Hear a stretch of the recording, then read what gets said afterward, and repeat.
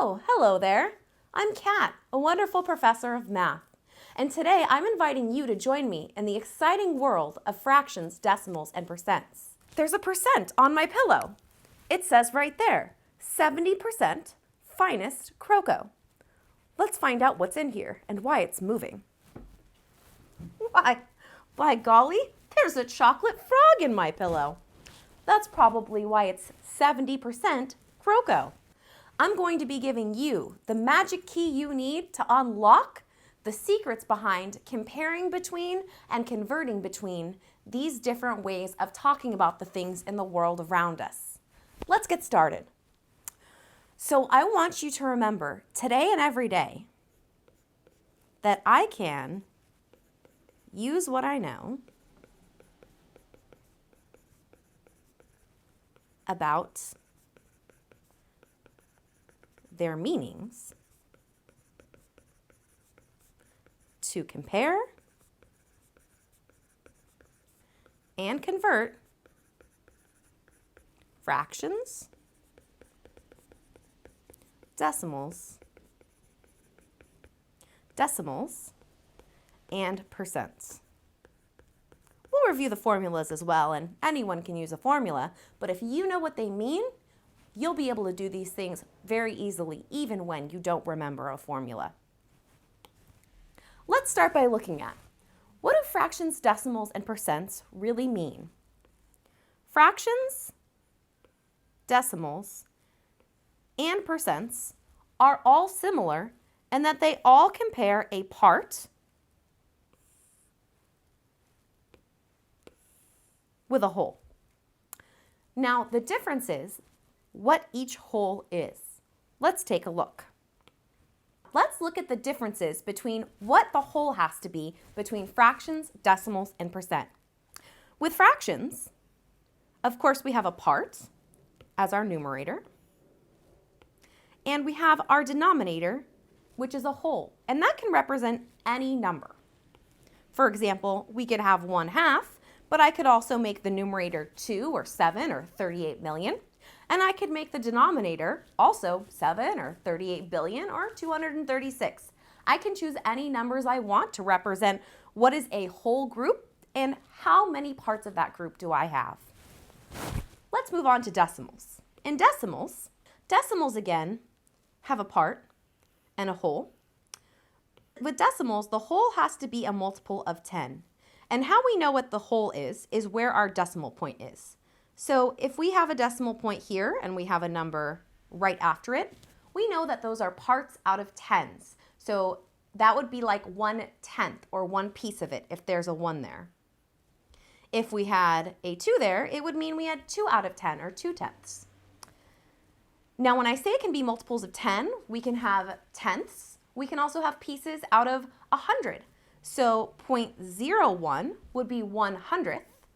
0.02 would be 2/100ths, 0.003 would be 3,000ths, and so forth and so on. It can go on to infinity. You can have 1/10,000,000th or 50 10,000ths. So as long as it's a multiple of 10, how many parts are in a whole is up to your imagination as long as it's a multiple of 10. Now, last but not least, we have percents. And for percents, we again have a part of a whole, but with percents, the whole is always 100%. So if we have 100 parts, out of 100 parts, we have one whole. If we had, for instance, 50 parts out of 100 parts, then we would have 50 100ths, or a half. So let's look at this percent, 73%. That means we have 73 parts out of 100. So now we know that with fractions, decimals, and percents, we are all comparing parts to a whole. We just have different ways of annotating or writing them, and they have different meanings. So let's remember these as we jump forward to some example review problems. So here we have 6 different percentages. I want you to look at these and think in your mind, how many of these can I write an equivalent fraction or an equivalent decimal for? And what I want you to do is I want you to pause the video, I want you to get out a piece of paper, and I want you to write these percents down. Then I want you to write down what fraction they would equal and what percent they would equal. I'm going to give you a couple hints. one, some of them have multiple correct answers, and two, if you were able to do a fraction and decimal for each one, that would be 12 possible answers. Just try to see how many you can get. If you can do 1 or 2, that's great. If you can do 5 or 6, awesome. Just see how many you can do. I want you to pause the video right now, write these percentages down as a fraction and a decimal. Go! Welcome back. I hope you found some good answers. Now I want you to check those answers. I have here 2 different ways of checking your answers. First, I think this is the more challenging way. I have all the possible answers and maybe even some false answers right here on a slide. So you can look through these and see if you find any answers that you put for one of the percentages. And if you see something you don't recognize, see if you can match it up and see if it's equivalent to one of the percentages. Also, if you like things to be more organized, I think this is a little bit easier because I have categorized them for you, so you automatically know which ones are fractions, decimals, and percents without thinking about them. But if you like things to be a little bit more organized, you can look at this slide right here. I've listed all the percent problems that I gave you, and then I've listed all the possible options as decimals and fractions. Again, there might be some answers in here that are not correct answers to anything. You don't know. So I want you to pause the video again, go back to one of these 2 slides, either this one where they're all randomly arranged tiles, or this one where they're categorized as percents, fractions, and decimals. I want you to pause the video again, check your answers, and see if you can add any more correct answers to your paper now. Go! Oh, hello, welcome back. Let's check your answers, shall we? Let's look at the first 2 problems, 73% and 70%. Now, as a decimal, we know that 73% means there's 73 parts out of 100. And we know that when there's 100 parts, we have the decimal point and 2 spaces after that. So if we put 73 in there, we would have 73 hundredths, or 0.73. Now, as a fraction, we know that this would be, again, 73% means 73 parts out of 100. So 73 hundredths would be our fraction. Sometimes people get a little confused when they go to 70% because they forget that while 70% is 70 parts out of 100, and therefore, again, if we had our decimal point with 2 places, we would put a 70 there. Sometimes I see muggles just like you make errors where they'll put 0.07 and they will put the 7 in the hundredths place instead of the tenths place. But we know that 70 hundredths is the same as 7 tenths, or 0.7. And as a fraction again, if it's 70 parts out of 100, we would have 70 100ths, but we can simplify this. We can divide the numerator and the denominator both by 10. And remember, if we perform the same operation to the numerator and denominator, it just simplifies the fraction, but we have the same meaning. 70 divided by 10 is 7. 100 divided by 10 is 10. So that fraction simplifies to 7 tenths. Go ahead and pause the video, check your answers. If you got something correct, I want you to go ahead and put a big check on it. If you got something incorrect, I want you to circle it, and then I want you to fix your mistakes, correct your mistakes so you have the correct answers on your paper.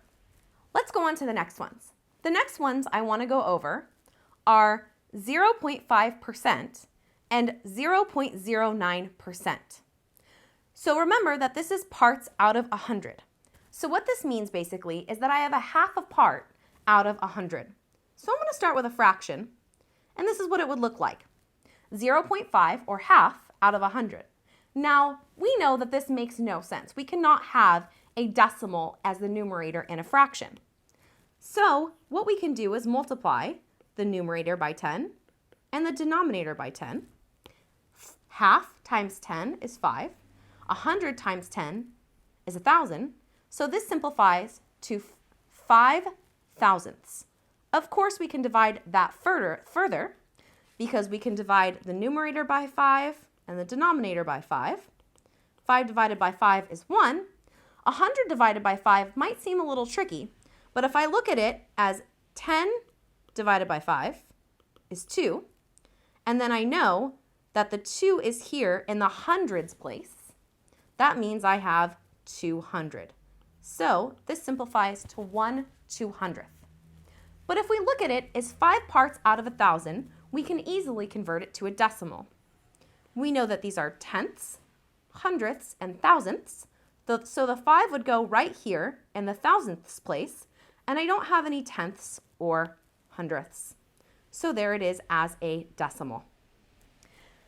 Of course, there is a formula to figure this out. You can see that if you just take the decimal point here, and if you have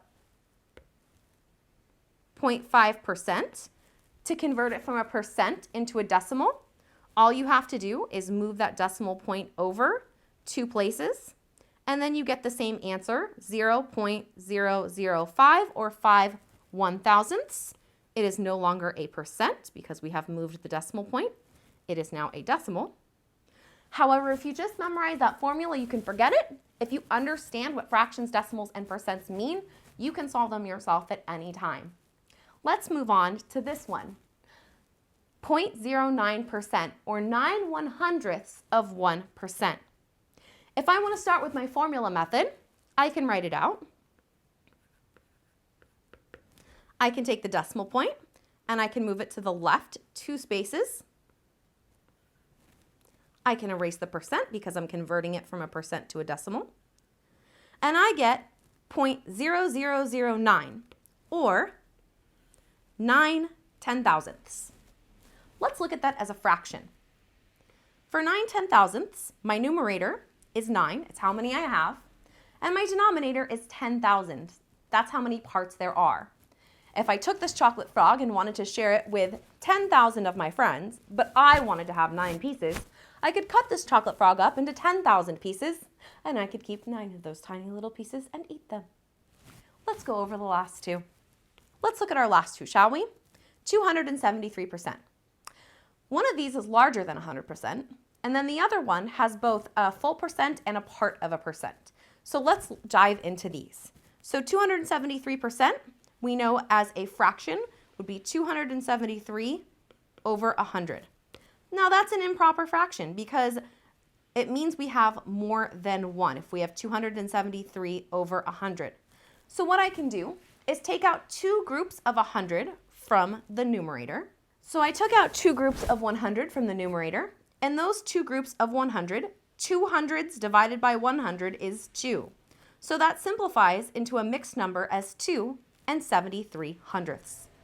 Now as a decimal, that means we have 2 wholes or 2 in the ones place. So I finally get to put something besides a 0 in front of that decimal point. So I have 2 wholes, and then I have 73 out of 100. So I put a 7 in the tenths place and a 3 in the hundredths place, and my decimal is 2.73. Moving on to 3.5. It's like 3% plus a 0.5%. Remember from our last tile that 0.5% was 0.005 or 5/1000ths, and it was 5 over 1,000, and then we simplified that a little bit. So I'm going to think of 3.5% as 3% plus 0.5%. So we know what the 0.5% is from our last problem. As a decimal, we looked back and saw that it is 5/1000ths or 0.005. And as a fraction, we know that it was 5 over 1,000, and that we simplified that to 1 over 200.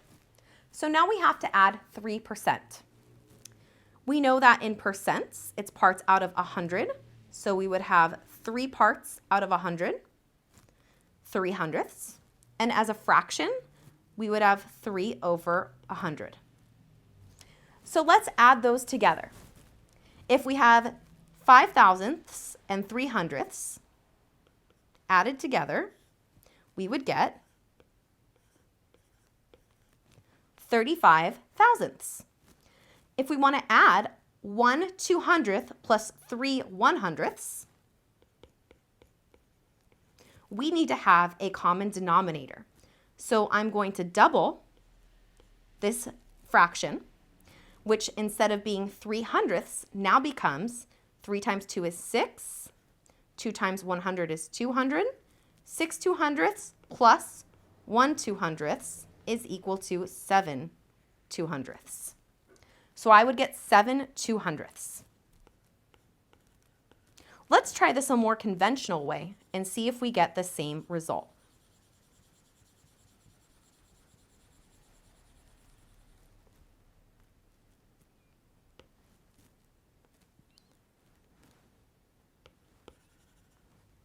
So I just used logic and what I know to convert this to a decimal and a fraction instead of using the formula. And I ended up with a fraction of 7 200ths and a decimal of 0.035 or 35 thousandths. So let's start with the decimal. If I use the formula and I have 3.5%, I move my decimal point over 2 places. I get rid of the percent because I've converted it from a percent into a decimal. I get 0.035, or again, the same answer as I did by adding 3% plus 0.5%, or 35 thousandths. Now let's try this as a fraction. We know that this is parts over 100. 3.5 parts over 100. We know we cannot have a decimal as the numerator in a fraction, so we have to multiply the entire equation, the numerator and the denominator, by 10. 3.5 times 10 is 35. 100 times 10 is 1,000. Now, to simplify that, I can divide 35 and I can divide 1,000 by 5. When I divide the numerator by 5, 35 divided by 5 is 7. When I divide the denominator by 5, 1,000 divided by 5 is 200. So I actually get the same answer that I came up with by solving the problem in 2 different ways. I encourage you to see how many different ways you can come up with to solve these problems when you're converting fractions, decimals, and percents. You are now also a wonderful wizard of math when it comes to converting fractions, decimals, and percents. So today and every day, I want you to remember that you can compare what you know. So today and every day, I want you to remember that you can use what you know about what fractions and decimals and percents mean to compare and convert them. You will remember that they are all comparing a part of something to a whole. They do that in a different way, however. Remember that fractions can have a part and a whole with any value. Any number can be how much you have as the part. Any number can be how much a whole is worth. For decimals, the whole has to be an increment of 10. So you can compare something that has 10 parts, and you're talking about tenths. Something that has 100 parts, you're talking about hundredths, thousandths, 10 thousandths, 100 thousandths, and so on. But it has to be a multiple of 10. Finally, percents. Percents are always talking about parts out of 100. So when you have more than 100%, something is worth more than one whole because 100% is a whole. When you have something like my friend here that is less than 100%, 70%, it's less than 1. And if you have something that is less than 1%, like 0.5%, it's going to be smaller than 1/100th. Thank you for joining me today. Your last job is to write one of these problems in the comments below. Choose a fraction, decimal, or percent conversion. And then I want you to find a problem that one of your friends has written, and I want you to solve that problem. So write a problem in the comments down below, and then also solve another problem that somebody else has created. Thank you for joining me.